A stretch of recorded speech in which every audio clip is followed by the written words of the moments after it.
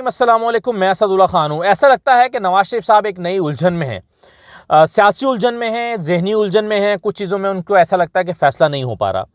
नवाज शरीफ साहब अपने आप को कंट्रोल करने की कोशिश करते हैं, लेकिन फिर दिल की बात कह ही देते हैं। आज बहुत दिन के बाद उन्होंने वही बात दोहराई है जो बात उनको करने से मना किया गया था। लेकिन इसको एनालाइज़ करने की ज़रूरत है कि क्या उन्होंने जानबूझकर दोहराई है, आदतन दोहराई है, मजबूरन दोहराई है, या वो उनका सब्र का पैमाना लबरेज हो गया है। क्या हुआ है जो नवाज शरीफ साहब ने आज फिर एक मरतबा वही बात की है जो बात उनको कहने से रोक दिया गया था। क्या कहा उन्होंने? आज उन्होंने कहा कि मेरी हुकूमत ख़त्म की गई। मैं सवाल करता हूं कि किसने मेरी हुकूमत ख़त्म की? ये वही बात है जो उन्होंने लंदन में पाकिस्तान आने से पहले कही थी। उन्होंने कहा था कि जी उन्होंने कहा था कि उन लोगों का हिसाब किताब होना चाहिए जिन्होंने एक मुंतखब हुकूमत ख़त्म किया, और उन्होंने नाम लिए थे कि चंद जर्नैलों का और चंद जजेस का हिसाब किताब होना चाहिए। फिर यहाँ से बड़ी अफरा तफरी में शहबाज शरीफ साहब भागते हुए गए थे। नवाज शरीफ साहब को रोका था, मना किया था, और उसके बाद उन्होंने दोबारा वो बयान नहीं दिया, बल्कि उनके साथियों की तरफ से ये बयान दिलवाया गया कि वो मुफाहमत चाहते हैं, माजी की चीज़ें भूल जाना चाहते हैं, और वो चाहते हैं कि आगे बढ़ें, मुल्क को आगे लेकर जाएं। ये साग डार साहब ने बयान दिया, ये शहबाज शरीफ साहब ने कहा, ये इरफान सिद्दीकी साहब ने कहा, और इस तरह की बातें जो है उनकी तरफ से की गई। लेकिन आज फिर एक मरतबा वो ये सवाल कर रहे हैं कि मेरी हुकूमत किसने ख़त्म की, मेरी हुकूमत क्यों ख़त्म की गई। ये सवाल वो दोहरा रहे हैं।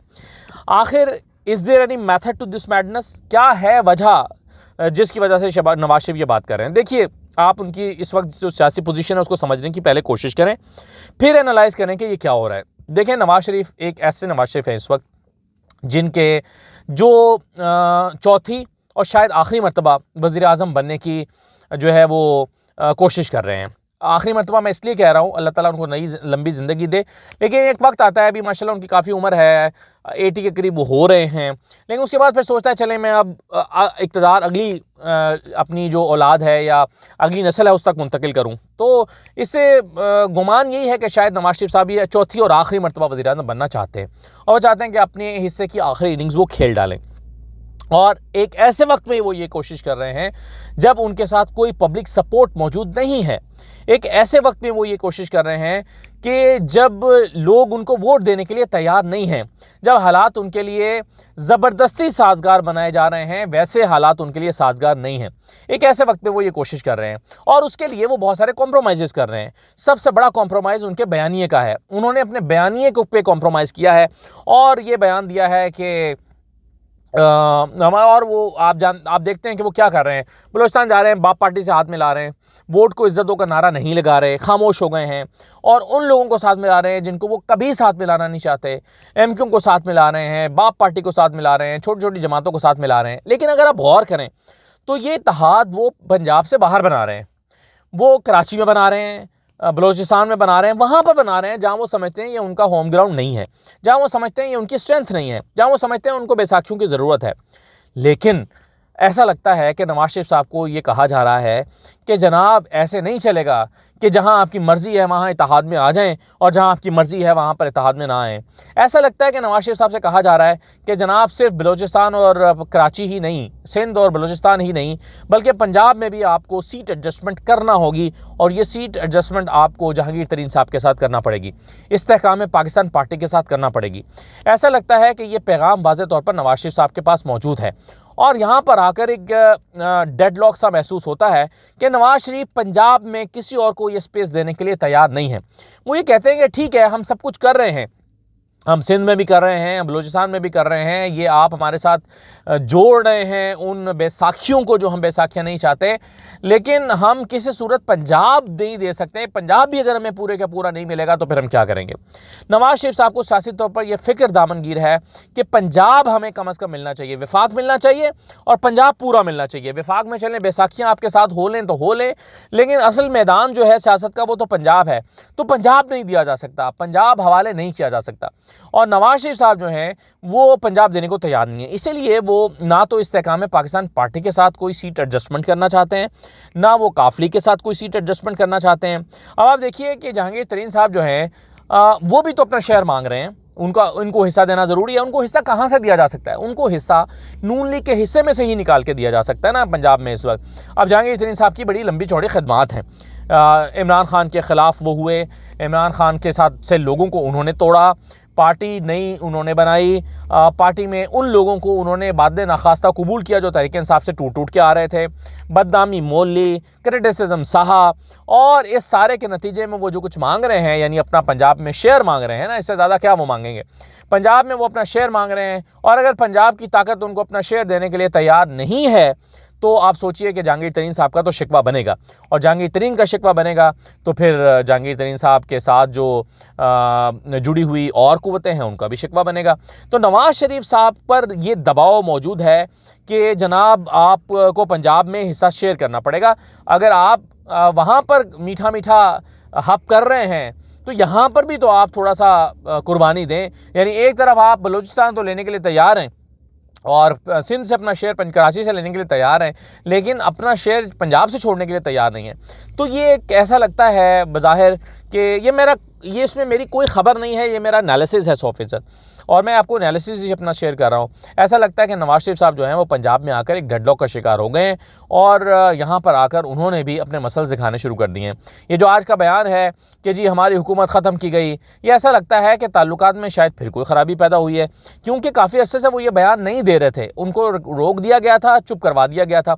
दो ही वजूहत हो सकती हैं, या ताल्लुकात की ख़राबी है जिसकी वजह से नवाज़ शरीफ ये पैगाम दे रहे हैं, या फिर वो इतना उनको यकीन हो गया है, इतने वो कॉन्फिडेंट हो गए हैं कि उनके बगैर तो अब कोई रास्ता ही नहीं बचा और वही अल्टीमेट चॉइस है।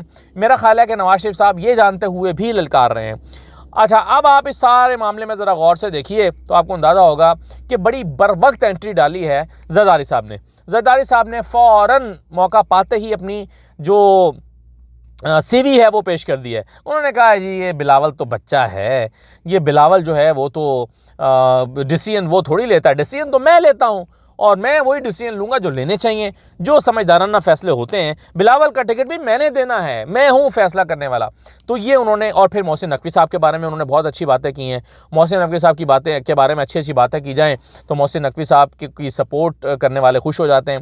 तो ज़रदारी साहब ने बड़ा सोच समझ के ये इंटरव्यू दिया है हामिद मीर साहब को, और बड़ा सोच समझ के ये बयानात उन्होंने दिए हैं, और उन्होंने अपनी सीवी पेश किया कि जनाब अगर आपको नवाज़ शरीफ तंग कर रहा है तो मैं हाजिर हूँ, और मैं हर तरह से बिलावल को मैं समझा लूँगा। बिलावल कोई मसला नहीं है, बिलावल तो अपनी पॉलिटिकल स्पेस लेने के लिए कर रहा है, पॉलिटिकल कैंपेन कर रहा है, वो तो ज़ाहिर है उसने इलेक्शन लड़ना, इस तरह की बातें कर रहा है। असल में जो है फैसला साज वो तो मैं हूँ।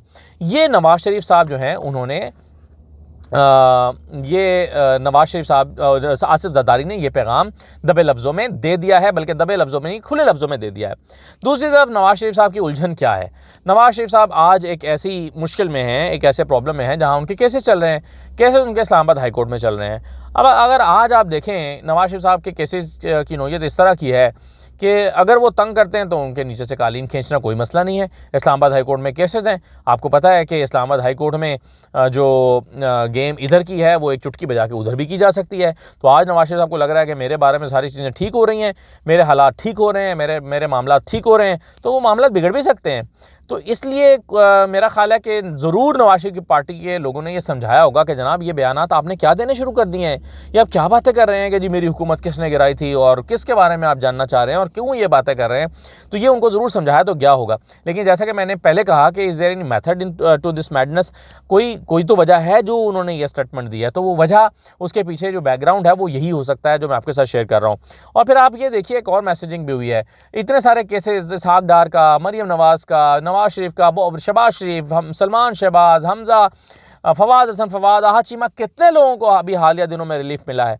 और जितने लोगों को ये सारा रिलीफ मिला है, ये सारे के सारे लोगों का किसी का भी जो केस है वो चैलेंज नहीं हुआ हायर कोर्ट में, लेकिन आपने देखा सुप्रीम कोर्ट में, लेकिन आपने देखा कि हनीफ अब्बासी का केस जो है वो सुप्रीम कोर्ट चला गया, वहाँ पर चैलेंज कर दिया गया है।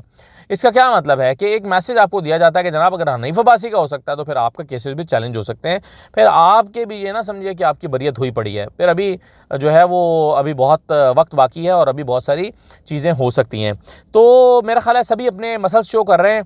नवाज़ शरीफ एक ऐसे वक्त में आकर जहाँ उनको लगता है कि मैं तो अब अल्टीमेट चॉइस हूँ और मेरे बगैर कोई चारा नहीं है। नवाज़ शरीफ साहब ने अपने मसल्स शो करना शुरू कर दिए हैं, लेकिन आप जानते हैं कि नवाज़ शरीफ साहब के और नवाज़ शरीफ देखें उनकी वो अपनी आदत से भी मजबूर है। और अभी तो वो वज़ीर-ए-आज़म बने नहीं है। अगर वो वज़ीर-ए-आज़म बन जाएंगे तो वो पहले दिन ही आकर ये कहेंगे कि जनाब ये होती है सिविल सुपरमेसी और इसको तस्लीम करें, और उनकी जंग ही ये रही है वोट को इज्जत दो और सिविल सुपरमेसी। तो वो अपनी आदत तो बदल नहीं सकते, लेकिन आदत से मजबूर होकर कभी कभी वो ये बात अभी वज़ीर-ए-आज़म बनने से पहले ही करना शुरू कर देते हैं, और ये समझकर कि मुझे तो इक़्तिदार मिल ही गया है। तो आप देखिए कि आने वाले दिनों में सियासी मामलात किस तरफ को बढ़ते हैं और क्या होता है। इजाज़त दीजिए, अल्लाह हाफ़िज़।